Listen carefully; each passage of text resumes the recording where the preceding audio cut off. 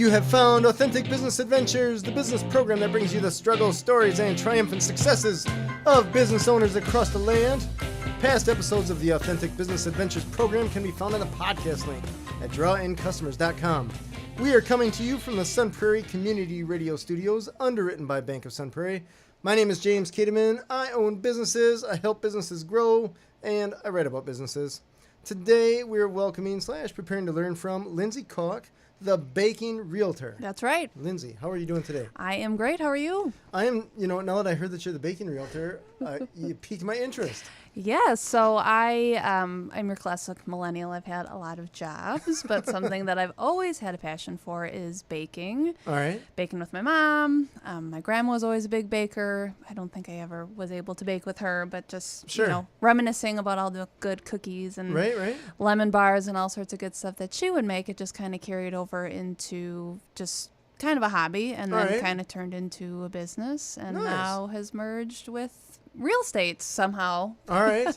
So tell me, how do you combine real estate and baking? I'm assuming that you just have cookies going in every house, right? So, I went to pastry school after I got out of college because I graduated in 2010 when the market took a crap. And unfortunately, a rough day. No businesses were hiring. I had an ad degree. So, taking my advertising, I started to kind of advertise myself, and I started to reach out to just local businesses. Hey, this is who I am. This is what I do.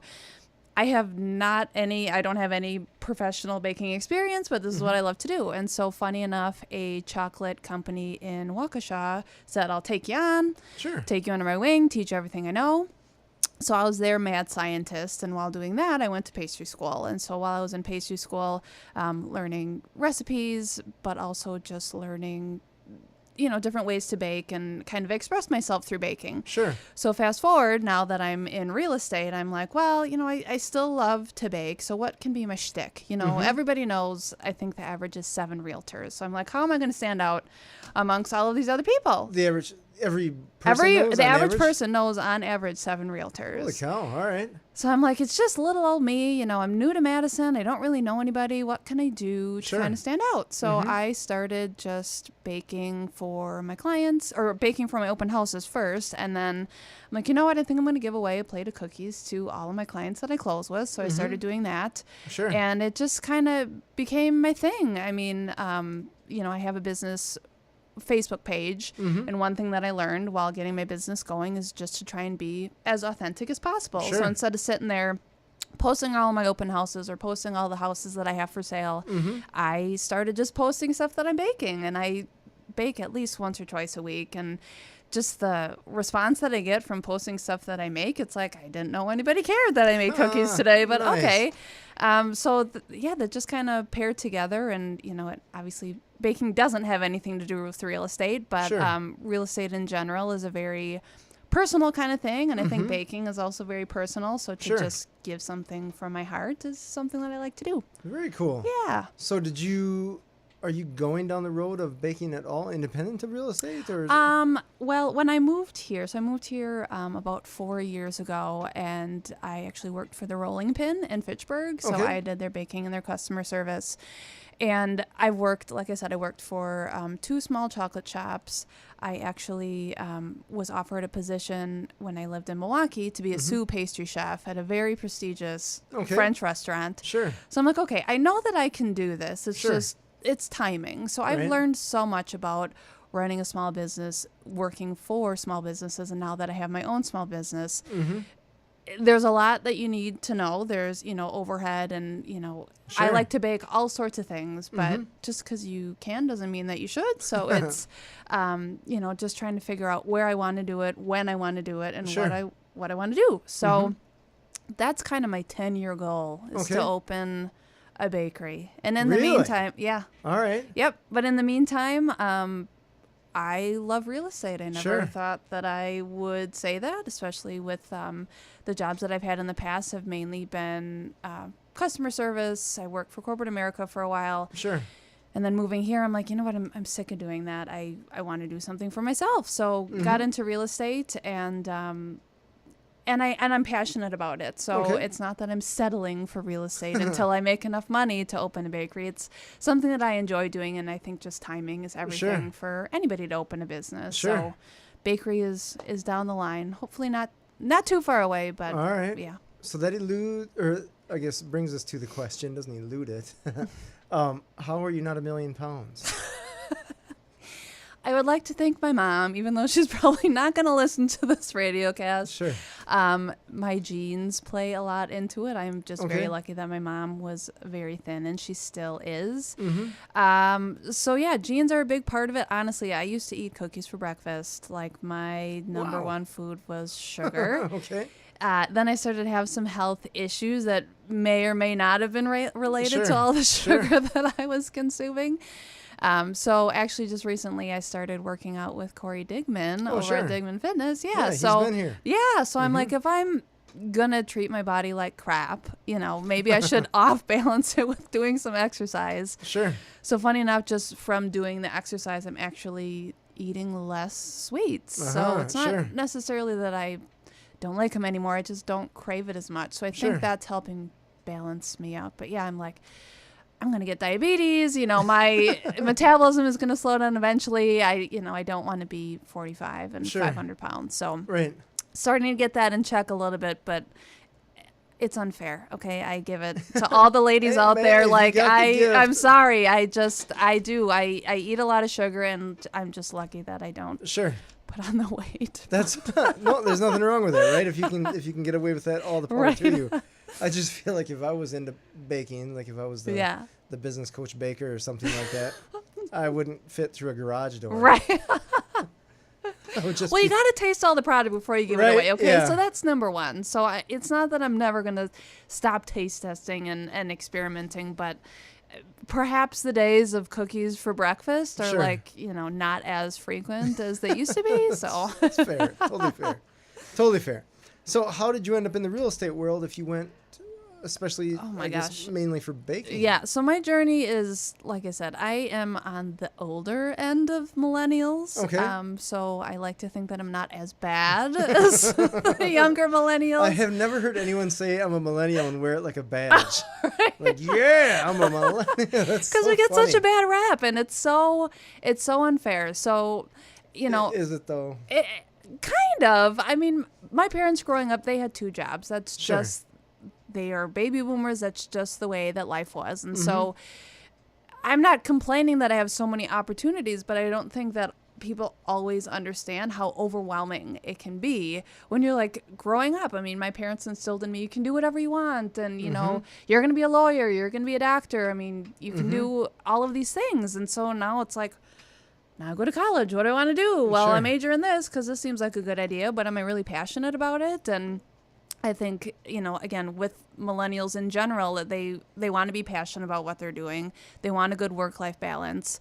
So when I, got out of college and started the whole pastry baking thing, I worked for corporate America. I worked for GE Healthcare. I worked for the Boston Store corporate office. I mean, I've had a lot of jobs. Sure. I was a gardener. I was a swimming teacher for kids. I mean, like literally you name it, I did it. Sure. Which doesn't always sound great, but I'm like, at the same time, I've learned a lot about what I didn't want to do. And I learned a lot about myself, and I learned a lot about the business that I want to be involved in. And so when I worked for the Boston Store corporate office, I thought that was it. I thought I was going to be a buyer for Boston Store. I loved it. I'm, big into retail therapy, and I loved looking at trends, and I helped my buyer, purchase. I worked in fragrances, so I helped purchase fragrances, and I worked with all these different vendors, and I'm like, cool, go to New York twice a year. Like, this is going to be an amazing gig. And then I kind of saw the writing on the wall. I'm like, okay, I'm working my butt off as a merchandise assistant, doing basically what a buyer's assistant does. And so I'm like, you know what? I think I deserve a raise. I deserve a job title change. I'd been there for 2 years. Well, you have to be here 2.5 years, and you have to go through. And it was always like hitting my head on a glass ceiling. Like, if I'm going to work, I'm going to work my butt off. And it was always just corporate politics. Either I wasn't there long enough, or I didn't know the right people. And I'm just like, enough. Like, I'm done. I'm done doing this. I want to be in business for myself. What's something that I can do that combines everything that I learned? So, you know, running a business, I learned that working for small businesses. Advertising, obviously, I went to school for it. But it's weird when you have to advertise yourself and you have to kind of, you know, And you get get to people pay for it? Yes, and get people to like buy into who you are and not just what you do, but like who you are. Sure. So I got my first bite of real estate experience when I worked for a builder in Waukesha. I was a property manager, and so I managed about 8 different properties, rented out apartments. I was really good at it. Okay. But I was 22. These were some lower end apartments. Sure. So I would get, you know, my baby daddy's not approved, but I am, or I have 6 kids and I'm going to be homeless. I mean, getting these really heavy calls that I'm like, oh my God, I'm trying to get my own life together. Like, I can't get your life together. Right. So, you know, again, I was passionate about it because I love just the intimate part of I'm helping you find somewhere to live. Like, that's crazy. But it wasn't the right time. So again, moved to Madison kind of unwillingly. My other half was like, gun to the head. oh man. Well, my other half was like, oh, I got into school at Madison. I want to start over. This is a great idea. I'm like, oh God, like who are you? What am I getting myself into? Sure. But again, Boston Store was kind of falling apart. I'm like, you know what? This is it. Like, let's give it a go. So we moved here. I actually moved here for a position as a kind of customer service, social media for a local small business. They actually manufacture skincare products out of Verona, Wisconsin, which I'm like, awesome. But it was a family-run company, and I was kind of the only non-family member. So again, I get into work, I put my head down, I do my work. Yeah. And there was just so much negativity, like, you know, mother-in-law, daughter-in-law bashing, blah, blah, blah. You know, Lindsay, what do you think? I'm like, I don't even know you guys. Why are you asking my opinion? Like, just leave me out of this kind of thing. And so it did not work out. Sure. So here I am in Madison. I only knew my other half. I didn't know anybody. And then he was like, I'm not going to continue with school anymore. So the whole reason why we moved here was so that he could go back to school. And we are just kind of sitting there, okay, like, what are we going to do now? Sure. So I'm just, again, analyzing everything that I've done. I like this. I don't like that. I'm like, I'm gonna try real estate. That's what stuck out the most in my mind, was helping somebody on such an intimate level. This is what I want to do. So I only interviewed with Stark. I didn't interview with anybody else. Okay. Stark is not in Milwaukee, where I'm from. So I sat down with the president's son, and then I sat down with the president, and I'm like, I'm going to be really honest. I don't know anybody. So if you have like a quota or have high expectations, sales-wise, I'm probably not going to meet them my first year. And he looked at me. He's like, well, are you coachable? I'm like, yeah, I think so. Sure. He's like, Who would say no to that? Right? Right. Nah. Yeah. Nah, I've been an idiot all my Well, life. yeah, I don't know. I mean, some people are very strong-minded, and, you know, I get it if you think your way is the only way, but I'm like, But to no. admit it? Yeah, right. I mean, you got to be really bold if you're gonna admit that you're not coachable. So I'm like, let's do it. And so the rest is history. I mean, I've been with Stark for almost 4 years. And so, yeah, just kind of everything that I did in the past just kind of led me up to real estate. And again, I don't think anybody dreams of being a realtor, because we get such a bad rap. Us and car salesmen, for sure, get such a bad rap that in the beginning, I was there like, are times and stereotypes are time savers. yes, right. You know, in the beginning, I was like, oh, you know, I'm a realtor. Like, you're almost embarrassed to say what you did. I even talk about that in my book. You do? Oh, my gosh. I do, because somebody said that they're just a realtor. And yes. I said, what are you using the word just for? Right. I mean, unless you believe that you are really just a realtor and that they're so dime a dozen kind of thing, that you have nothing to offer, that you really truly believe that, then by all means continue on. No, and again, when I got into real estate, I'm like, I am going to do this on my terms. If I'm going to do this, I'm going to do it the way that I want to do it. Sure. So I'm not super schmoozy. I'm not going to treat you to a night out on the town just for the sake of, you know, looking nice. Sure. I wanted to get into real estate to truly help people, but in a way that was authentic to myself. And, you know, you and I teamed up to do that growing business by being yourself kind of thing. And just truly believe if you are honest and true to yourself, the business will come. Maybe not right away, because people, especially with real estate, nobody's going to wake up and, go to a networking event and be like, hey, you want to buy a house? Sure. I mean, that's never happened. It takes some time.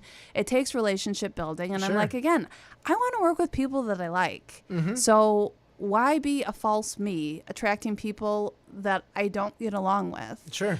So that's just kind of been my biggest business mantra, if you will, is just be true to myself, be authentic.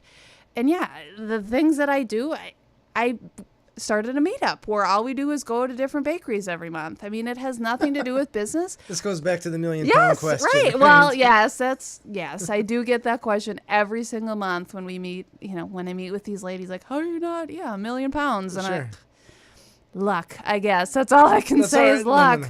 I didn't mean to get tangent there. No. But anyway, so just by doing this thing that I'm passionate about, I've gained 4 clients from doing it. Again, from having a donut and drinking coffee and not talking about real estate at all. But people take their time and get to know me, and I get to know them. That's the other thing. It can't just be it's got to be a give and take. Like, I truly do want to get to know you, what your needs are, and who you are, not just one and done. I mean, most of the clients that I help, I'm friends with. I'm involved in some way, shape, or form. Even if they've closed, 5 years ago, I'm still touching base with them. I'm still thinking of creative ways that I can reach out to them.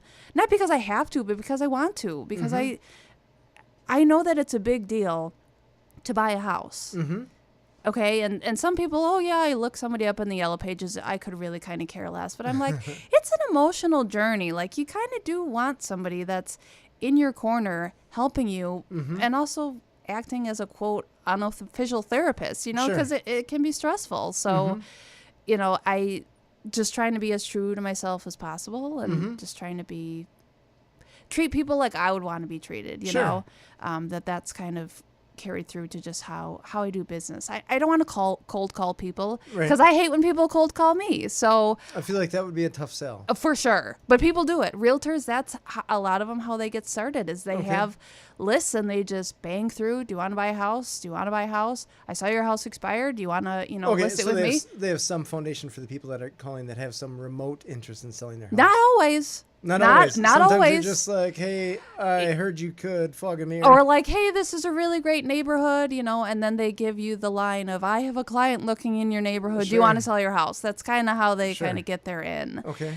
But I'm like, ugh, it just gives me the heebie-jeebies. I know people are so successful doing it, but that's just, again, I never wanted to do business in a way that wasn't authentic to me. So let's shift into, you mentioned or glossed over really quick that you only interviewed with Stark. Yeah. How did you end up interviewing with Stark, and why did you not interview with anyone else? I think I filled out like a survey on Indeed Jobs or something like that. And so I got a call from Stark's not customer service, HR. And she said, do you want to come in and kind of discuss this further? And I'm like, okay, I didn't know any better.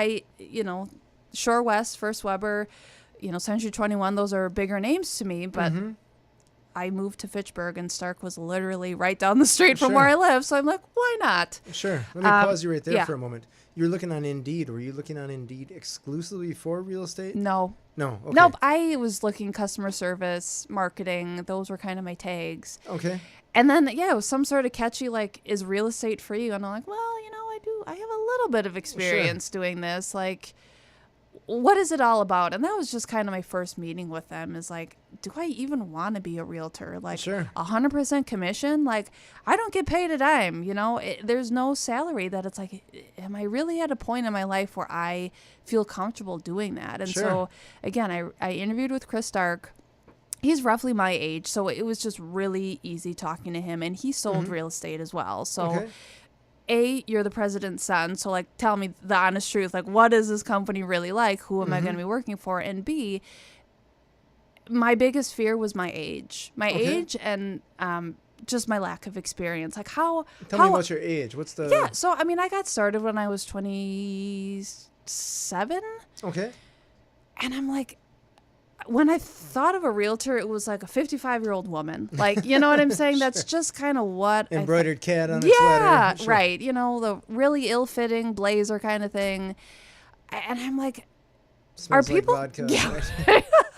I'm like, are people going to take me seriously, So we kind of chatted about that for a little bit, and he's like, again, it's more about like the tagline, fake it till you make it, and with Stark, it's fake it until you become it. Like, honestly. Sure.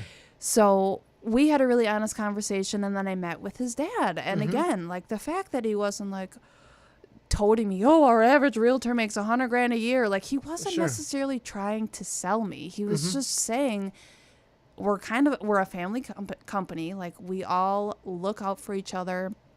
And I see him every day, and he teaches a week-long training session. I mean, he's just so involved with this company that it's not just, here's a binder, good luck. Like, you are trained really well. Sure. You have so many opportunities to ask questions to really anybody in the office. I mean, we're all kind of quote-unquote competitors. Sure. Because we're all trying to sell the same thing.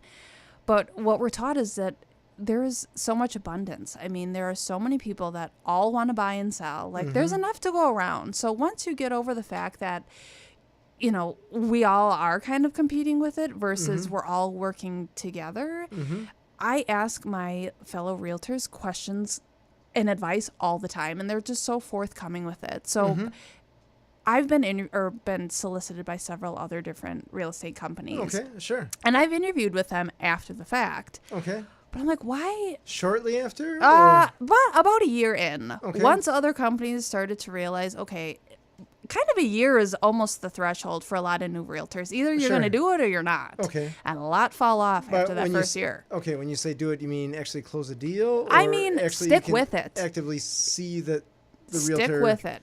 is making some progress of some kind.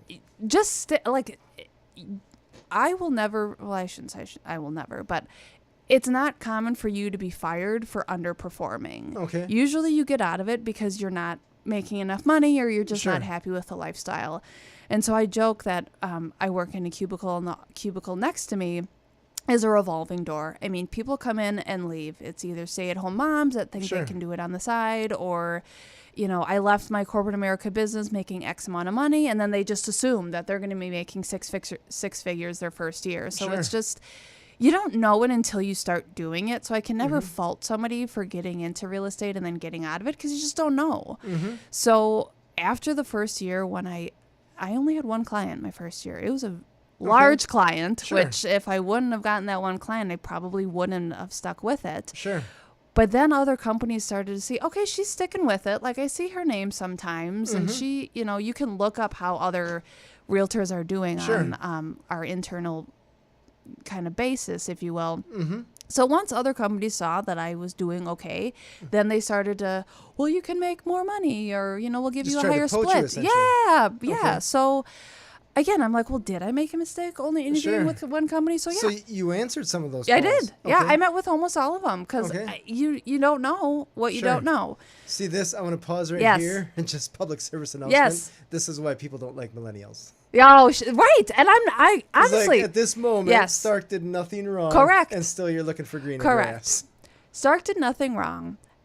They've been great from the get-go. Sure. But there is kind of a commission split. Okay, so other companies were promising me a higher commission split. And again, what else when you're first getting started, when you're first getting started and you're eating ramen noodle every day and you're like, how am I going to make ends meet?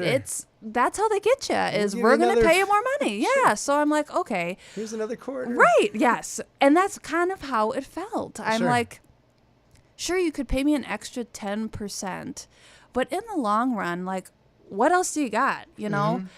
Because it's going to sound weird saying this, but it wasn't just about the money for me, because I knew that the money would come. So I wouldn't stress too much about it. But when that's all the other companies are talking about, is we're going to pay you all this money, I'm like, but what about everything else? What about the support? What about just, the cost of operating my business? Every company is different, and Stark, they make you pay dues, but they cover some of your marketing costs. They cover, you don't have to pay for your phone or your desk. I mean, you're not renting your space. I mean, they cover. So I just had to think, how do I operate my business? And does it match better with a different company? And it just didn't. It didn't. So, yeah, I've had one company really driving hard, and finally I had, because, I know Stark is great, but, we're better, and blah, blah, blah. So I'm just like, that's exactly it. If it ain't broke, don't fix it. I am so happy doing what I'm doing, where I'm doing it.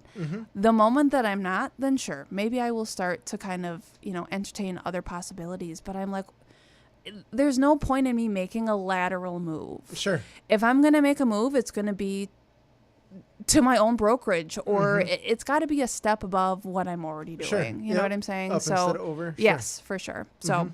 No, that totally makes sense. Yes. It's funny you say that. And I got this thorn in my side over the whole millennial thing. Yes. I couldn't even tell you what years millennials are supposed to be born. It doesn't matter. I use the term for all employees that don't stick with a job because they're making a lateral move. Yes. I mean, you said it right there, right? So I've had employees that you've hired. Yeah. You train them, and then they either go work for an old customer of yours. Sure. Yeah. Right, like we essentially paid to train them, get them up to speed, and then the customer just said thanks. Yes, right, yes, for sure. Or they just moved over, and I'm like, what was the point of moving over? Right. There's no progress in that. It's just something different. Yes. Like you're just chasing happiness. Right. In the end, the grass isn't always greener on the other side, but you think, again, they were promising me X amount extra in commission, but for a short period of time, and I'm like, okay, for the next 3 months, sure, I'm going to be raking in the dough, but then what? Like, what comes after that? Right. What else are you offering me? How, Sure. how is this helping me in the long run? Sure. No, same stuff. Yeah. So, just wasn't worth it. So, sure. Yeah. Awesome. Yeah. Awesome. So I want to shift into talking about being a real estate agent. Yes. Specifically. One, the term realtor. Can you explain that to me? And it is listeners? pronounced realtor, so thank you for saying that correctly. It is not realtor. Realtor? No, it is realtor. I had to learn that real quick. So basically, being a realtor, it's 100% commission. So you basically have your own business. I mean, I park my name under Stark. Sure. They're my broker. They take some of my dough because they're my broker. Pause right there. Yeah. What does broker mean? So broker...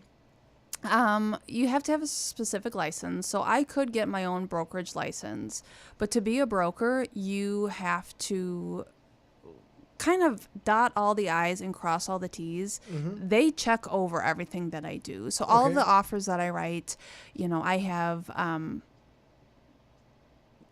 specific insurance that they help cover. So if I make a mistake, it's not 100% on me. Okay. So, and Stark is a big digit or something, put the decimal point in the right spot. Right. Stark is a bigger name than I am as well. Sure. So, I mean, I could very well get my brokerage license and start my own brokerage, but nobody knows who I am, So, so some brand recognition correct. locally. Yeah. Okay. So that helps as well. I mean, Stark is and was number one for forever. Sure. I mean, they've been around over 100 years that it's like, this makes sense. Whereas other brokerages don't always get the best rep. So while I could be great, you do have that affiliation. And I'm like, do I really, want to do that? So yeah, you have your brokerage, which kind of covers your butt for all intents and purposes. Sure. So I'm basically a quote unquote employee of them, but they don't, pay me any salary by any means. So so it is. It's like operating your own business. And I know that there are kind of rules and regulations you have to abide by as far as social media and stuff, but I kind of do whatever I want. Sure. So free reign to do whatever I want, advertising wise, social media wise. There's obviously a code of ethics that I can't just be, a slumlord or, writing all these false contracts by any means, but you kind of get free reign, and it's up to you how successful you want to be, because it's how much effort are you putting into your business. Sure. So and you have to do it full time. You do until you've worked. Do they govern that? No. This is my own personal opinion. Until you've done it enough. I mean, maybe 5, 7, 10 years in, I mean, you have your solid core of investors that, invest with you every year. Then sure, do it part-time. You have enough people who know who you are. But I think one of the big mistakes getting started is you're either trying to do it on the side while working a job, or again, stay-at-home mom. You think, oh, I'll just do this in my free time. And the market, the way that it is, I mean, it's so competitive that Sure. I work 24/7. I mean, I have to be on at any moment. And for some people, they just can't do that. But for me, I mean, I did that when I worked in the corporate world or in the retail world back when I was a teenager, and I hated nights and weekends. I'm like, "Ugh, everybody else is having fun and I'm going to work." Sure. But when you're working for yourself, it's so different. It's, it's not a chore for me to work on a weekend or a weeknight because I see the benefit of the effort that I'm putting in. Sure. So yeah, I do it full time. Again, you don't have to, but I do it full time, and I basically operate in the way that I want to operate and work with people I want to work with. I did fire my first client, and dare I say this, it was my brother. Oh, nice. Just too annoying? No, Kept giving you noogies it or was, something like that? just family dynamics is so different, and again, I only want to work with people who know and appreciate what I do. If you don't see the value in what I do, Sure. then I failed somewhere and we're not a good fit. Right. And I think that's kind of what happened is, hey, you're my brother. I'm going to skip over all this stuff and you're just going to know that I'm going to do a good job for you. Sure. So he was listing with you or help? He was going to do both. He was Okay. going to do both. Okay. And so we were going to start with buying because he wanted to build. So finding a lot was going to be challenging. And then push came to shove. We were working together for a year. Oh, wow. Yeah. Hey. And, Make a decision, man. yeah. And it was just tough. And it was one of the toughest things that I've done. But we're fine now, Sure. and I don't know if he even truly realized the strain that we had. Sure. Because I wear my heart in my sleeve, and that's probably my biggest downfall being a realtor is you can't always be emotional, but Sure.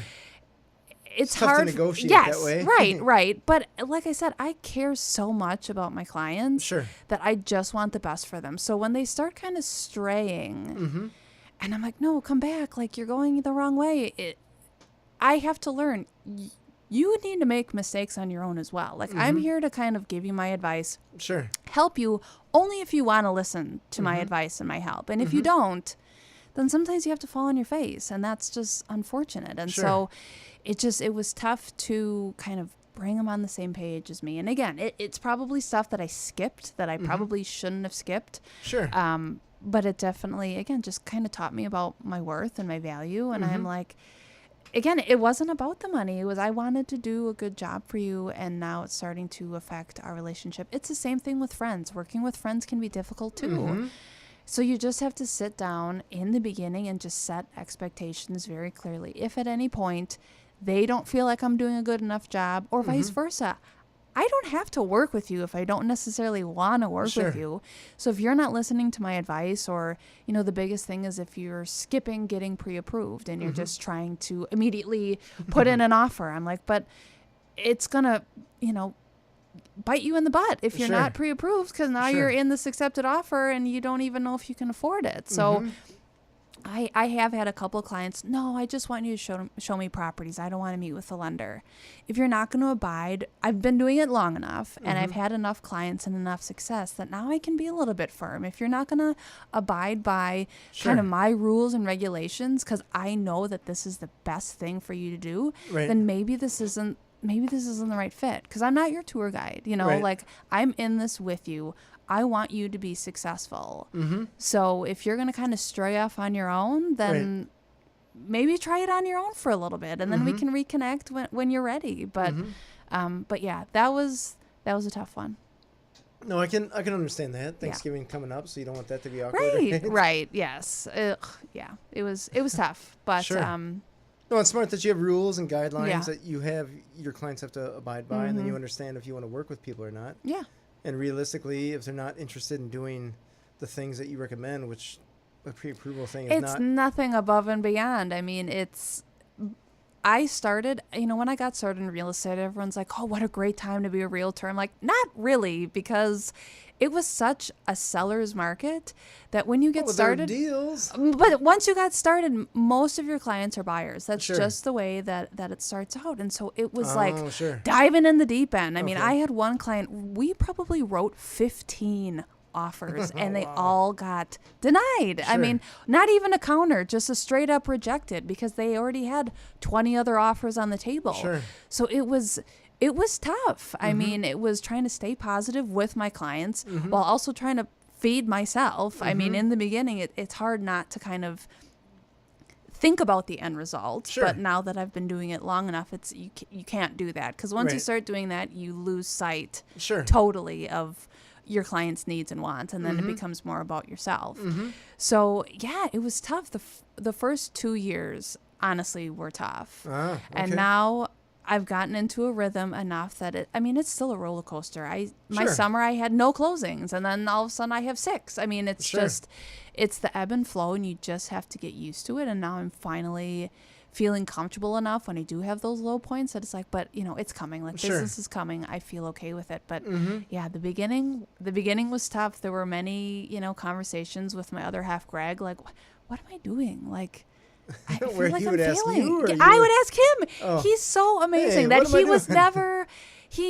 never hard on me. Like Sure. he has been such an awesome emotional support. Like I was a freaking chocolatier. Like Sure. who does that? And Right. I made like pennies on the dollar doing it, but I was so passionate about doing it, and he was so supportive of me doing it that we had an honest conversation when I got into real estate. I'm like, can we financially afford to do this? He's like, yeah, you have to try. And so I would have my moments where I'm like, oh, I'm failing miserably, like not making any money, or, I've had clients kind of, come and go. Like Sure.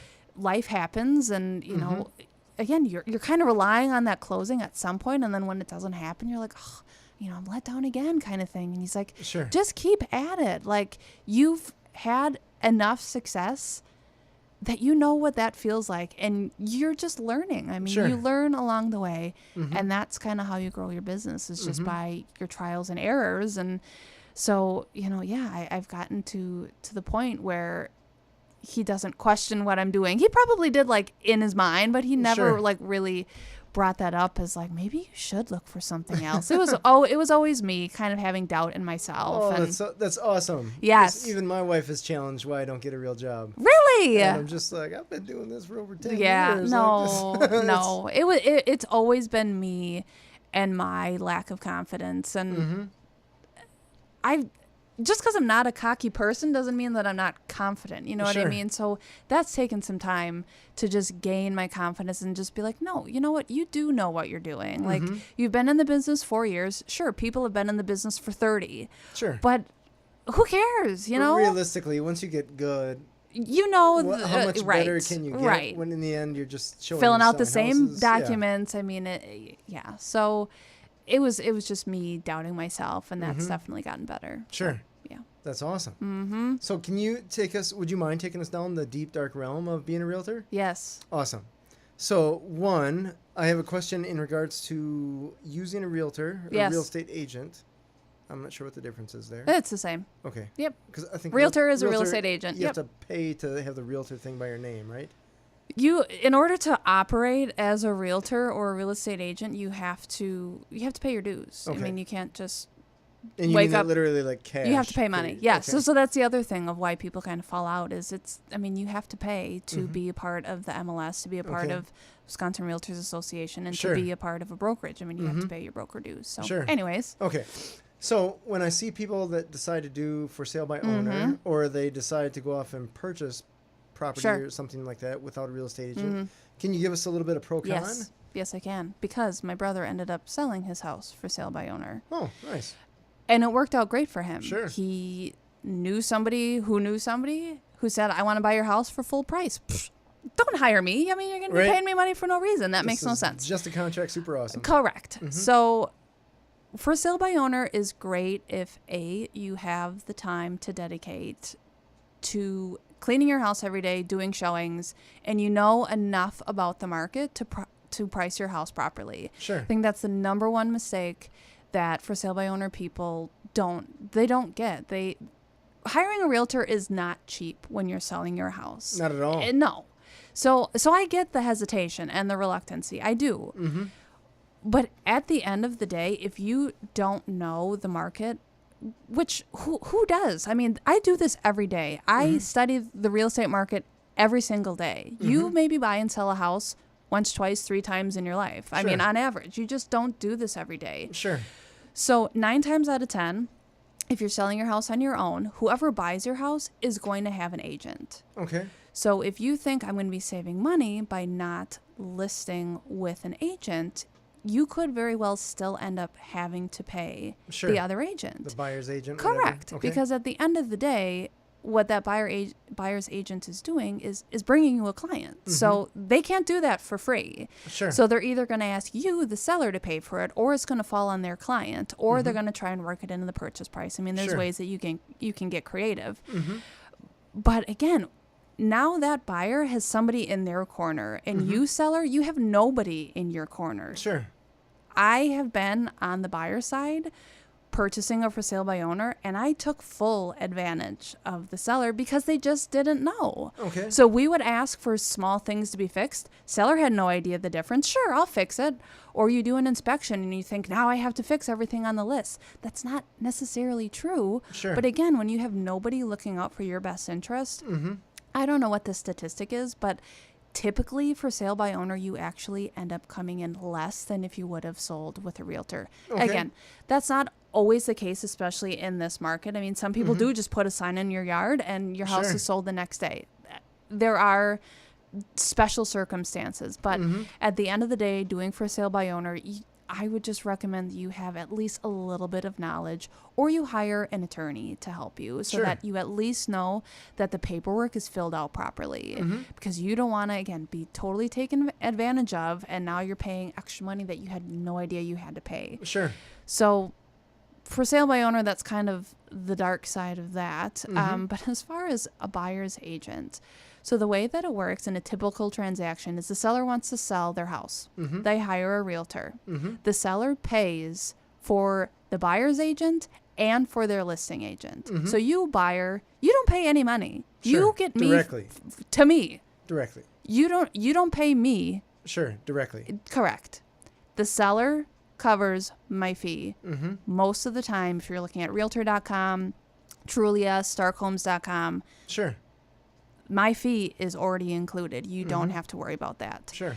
Where it gets fuzzy is, again, for sale by owner, because there's no guarantee that the seller is going to be covering my fee. And I have that conversation with my buyers up front. Because I do. A conversation that says that you may not get compensated? That I have to get compensated one way or another. Okay. Either the seller's going to pay my fee, which is typical, or the buyer might have to end up paying my fee in some fashion, whether it's paying more on the house that they purchase or splitting my commission with the seller. Sure. So that's why it's just silly that if you are a buyer and you're looking at a normal house that's listed on, realtor.com, why wouldn't you want an agent in your corner? Again, making sure that the process goes smoothly when you're not paying them any money. So then let me ask you, when we've dealt with my wife and I have dealt with purchasing houses, the buyer agent that we talk to, whoever it is, they'll be like, hey, I'll show you this house, but I want you to sign some 6-month agreement where you're only using me and you're only sending me cookies and whatever. Yes. And I used to tell them, go pound sand. I don't know anything about you. Sure. I don't know how good you are. Sure. And I like to think that with this internet, I can find a lot of houses on my own that you may or may not find for me. Right. So that's the other tough thing. So that's called a buyer agency agreement. So and because real estate has, obviously, it's been around forever, that a lot of the older realtors, buyer agency wasn't a thing back in the 80s. It just wasn't. Yep. So it's kind of a newfangled thing because, again, back in the day, seller would want to sell their house and the listing agent would work on the seller's behalf. And so they would be protecting the seller, but then the buyers are like, who's protecting me? Nobody's looking out for my best interest. So that's when the buyer agency came to be. It is a contract. So the buyer has to agree. It's kind of a relationship. I'm committing to you that I'm going to give you the best advice, that I'm going to negotiate on your behalf. Mm-hmm. But yeah, it's happened many times where my buyer finds a house before I do. Mm-hmm. But the reason why you're hiring a realtor is mainly for the negotiation piece of it. Okay. It's a third party. Buyers and sellers get very heated. So if a buyer and a seller try and negotiate directly with each other, things can go wrong pretty quickly. Oh my gosh, I wish we could negotiate in person or over the phone or something like that. Yes. Instead of dink around with this, write it down on paper. Yes. Fax it Right. in or some Right. archaic thing like that. Wait, you got 48 hours to Yeah. respond. No, and it's Like, it's let's right. bang this out in 5 minutes. Yes. We can have this and deal that's done. how I operate as well. Like, I call the other agent and I'm like, yeah, I'm not going to be sending you 7 different counter offers. Right. Like, really, like, we both have the same intention. We both want to close on this house. So do our clients. How can we come to the happy medium? Sure. So again, signing a buyer agency, it's a contract, and it's not something that I ever take lightly. Sure. And nor do I expect my clients to just sign that in the first 5 seconds that you know me, which Sure. kind of goes back to, again, I work with people who already kind of know me, so they have no hesitancy being like, yes, Lindsay, I want you to represent me in my best interest. Sure. So there's established trust there Correct. already. Yep. Okay. I mean, I've obviously met people through open houses. Mm-hmm. I discuss the buyer agency agreement with them. I say, you know what? If you don't feel comfortable signing this today, I totally get it. But just know that houses that we look at, I am acting on the seller's best interest. Sure. I can't be telling you if they'll accept $250 instead of $260. Sure. I can't tell you, what the resale value is going to be. Like, But I'm going to be a little bit realistically- vanilla. I'm going to be. Realistically, you want the deal to go through either way, right? I do, but again, So I act like the realtor police is looking over my shoulder every 5 seconds because I know that there are a fair amount of realtors that never get the buyer agency signed until the moment that the offer is accepted. Oh, interesting. And they, Okay. of course, are spewing out all this information that they shouldn't be. Sure. So I'm not saying I'm this goody two-shoes that, abides by every single rule possible, but truly, it just goes back to my whole idea of if you don't feel comfortable and confident enough signing a buyer agency with me, which, by the way, we can cancel at any time. Me and the client. The clients can as well. Yes. Okay. So, James, we could sign a buyer agency today, and it could expire tomorrow. Okay. You know what I'm saying? So that we could cancel it, or that we would put a contingency of it expiring at a given time. Both. We could in the contract we can say that it ends tomorrow, Okay. or let's say we say that it ends 6 months from now, but 2 months in you're like, I'm not really feeling this, or I'm going to Right. hang up my hat, I'm not going to buy anymore. Then we can amend the contract and we can end it. But there has to be mutual agreement. It with does, that. yes. Because I had a selling real estate agent that Yeah. I was working with for commercial property, and he was terrible, Yeah. and I had to wait him out. Oh. Wait out that contract Sure. because he didn't want to end the contract. So I again, want- this I wanted goes to sell back the property. right. This goes back to the whole I never want to be this schmoozy, gross Sure. realtor because at the end of the day, my reputation is a big thing. Because again, Sure. I'm selling myself. So if all of a sudden I get this reputation of she's awful, but she Right. makes us work with her anyways, like Sure. that's gonna hurt me in the long run. That I have had buyers that we have ended the contract because it just didn't work out. Sure. And it's no skin off my back because, again, I don't want to work with you if you don't want to work with me because it's just going to be painful the whole time. And it's going to be way more stress than what it's worth. Sure. Of course, I want a paycheck at the end of the day. But do I really want sleepless nights and like just being grumpy and miserable all the time? No, Sure. because that's not why I got into the business. Again, there's more fish in the sea. I mean, Right. I've learned that. There's more fish in the sea that if it's not working out with one, it's no skin off my back. Just be honest and say, you know what, it's not working out. And then I'd be like, cool, it's not working out either. Like, Sure. see you later kind of thing. But of course, there's always any profession. There are people who are just looking at the bottom line or looking out only for themselves. Sure. I mean, I was talking to a realtor the other day and she's like, I've never gotten a referral. Like, that's amazing. How do you get referrals? Ever? I'm like, yes. Oh, that's weird. Again, it's the whole mentality of burn and churn. You buy leads on realtor.com or Zillow, and that's all you do is work with cold leads. You close the deal, and then you never talk to them again. That's how you're closing. You think you'd make a friend somewhere. Right. I mean, like, who even wants to do business that way? Like, That's I weird. like making friends, you know? Sure. So yeah, that's kind of how I do business. And there are a lot of contracts involved. And like I said, I don't take that lightly. I know that you are trusting me with one of the biggest purchases you're ever going to make in your life. And Sure. I don't take that lightly. I mean, I'm invested.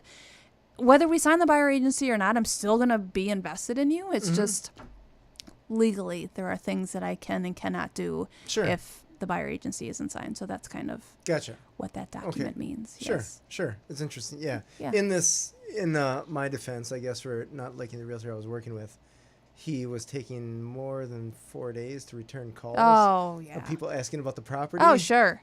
I'm like, if you don't get in touch and communicate with the people that are How actually is this interested gonna- in buying this, it ain't gonna sell. No. And especially in the world we live in today, like, I set a horrible precedent that I get back to very quickly. And Sure. that's something else I need to work on, because I get phone calls and emails at 11 o'clock at night. And Sure. it's like, it's so tempting, like, not to, reply. But I'm like, no.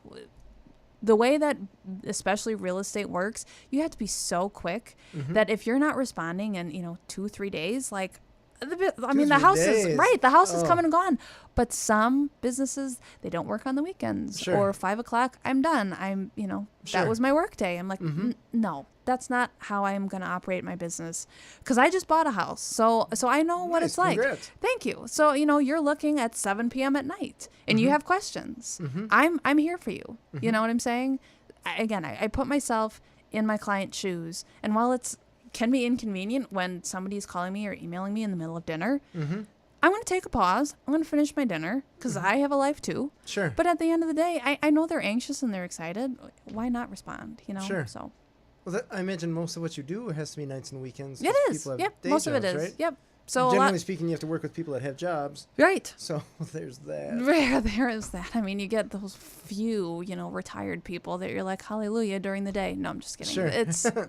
Like I said, I really don't mind. There are times where, you can't you have plans on the weekends. I mean, Sure. I've had to cancel a couple of my vacations to help clients, and that's tough. But again, Sure. at the end of the day, Right.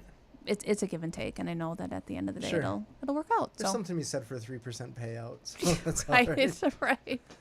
So what advice would you give someone that was considering getting into the real estate game? The advice that I would give is it takes a while. Don't expect to get into the business and make all of your dreams come true in the first year. Sure. It takes work. It takes dedication. Mm-hmm. And everybody operates differently. So just because Joe Schmo is super successful doing business the way that he does it, it doesn't mean that you have to do it that way. Sure. I think that's something that I got caught up in a little too much when I was first getting started, is thinking I have to do things that everybody else is doing. But I'm like, no, so stay true to yourself Sure. is my other tip of advice. Because, yeah, you hopefully are getting into this business because you want to be successful and you want to work with people that you like working with. Sure. So, be yourself. Sure. And stick with it. And I guess lean on people that you have in your circle Sure. for advice and help. So Nice. Where do you see yourself going with your business in the next 3 years? next 3 years, I've thought about opening my own brokerage. I was known as the tiny house realtor for a while because when I moved to Madison, I was like, oh, tiny houses are the wave of the future. And I thought that Madison, we're so green, we're so, Sure. outdoor friendly. Tiny houses are the next big thing. No, sorry, not anymore. That was a fad that Land, lasted yes, about 6 weeks, yes. huh? Land is so hard to find that, and just the whole kind of mentality of Madison. I don't think we're quite there yet. Sure. But We but don't yeah. need to be. We have room. Right. So yeah, tiny houses were my thing in the beginning, and I thought that I was going to open my own brokerage specifically looking at just tiny houses. But Okay. I'm like, no, that's crazy. So I'm probably going to stick with Stark, and just continue to grow. I've grown every year. That's always been my goal. Again, it's not monetary. It's more just people that I'm helping and Sure. houses that I'm closing on. And so yeah, next 3 years is more trips to Hawaii. I did book a trip to Hawaii, so I'm hoping to do a big trip every year going forward. So Nice. That's yeah. awesome. Yeah. A little reward. There's Yeah, nothing wrong with that. of course. So if you were to give one piece of advice to someone that was considering hiring a realtor, Ooh, what would you give them?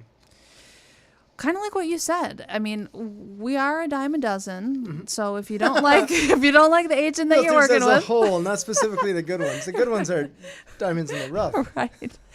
But it's going to be a long haul, and it's the same thing with the lender. I Sure. mean, you kind of need to do a little bit of your research. And don't feel bad interviewing a couple realtors, whether you're buying or selling, whether it's a $70,000 budget or $1 million budget. Sure. Don't feel guilty interviewing other realtors because we're not all the same. Sure.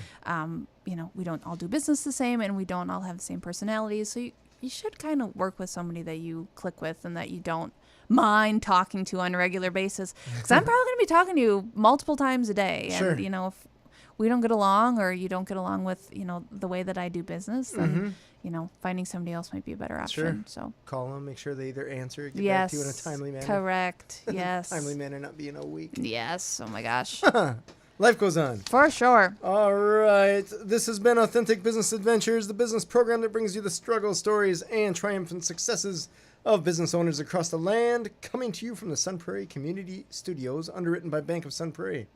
My name is James Cademan, business coach at Draw In Customers Business Coaching, co-owner of Calls on Call Shared Receptionist Services, and author of the Bold Business Book, available on Amazon. We'd like to thank you, our wonderful listeners, as well as our guest, Lindsay Koch, the Baking Realtor. Thank you very much. You're welcome. This Thanks has so been much. a blast. You Yeah. took me picking on the realtor stuff. And millennials, my goodness. Just like, James, I didn't know this was going to happen. Sorry I didn't bring you any cookies. That's a failure on my part. So. It just dawned on me, like, wait a second. You had one job. Next time, sorry. Find us airing on 103.5 Wednesdays at 1 p.m. and Sundays at 2 p.m., as well as at sunprairiemediacenter.com.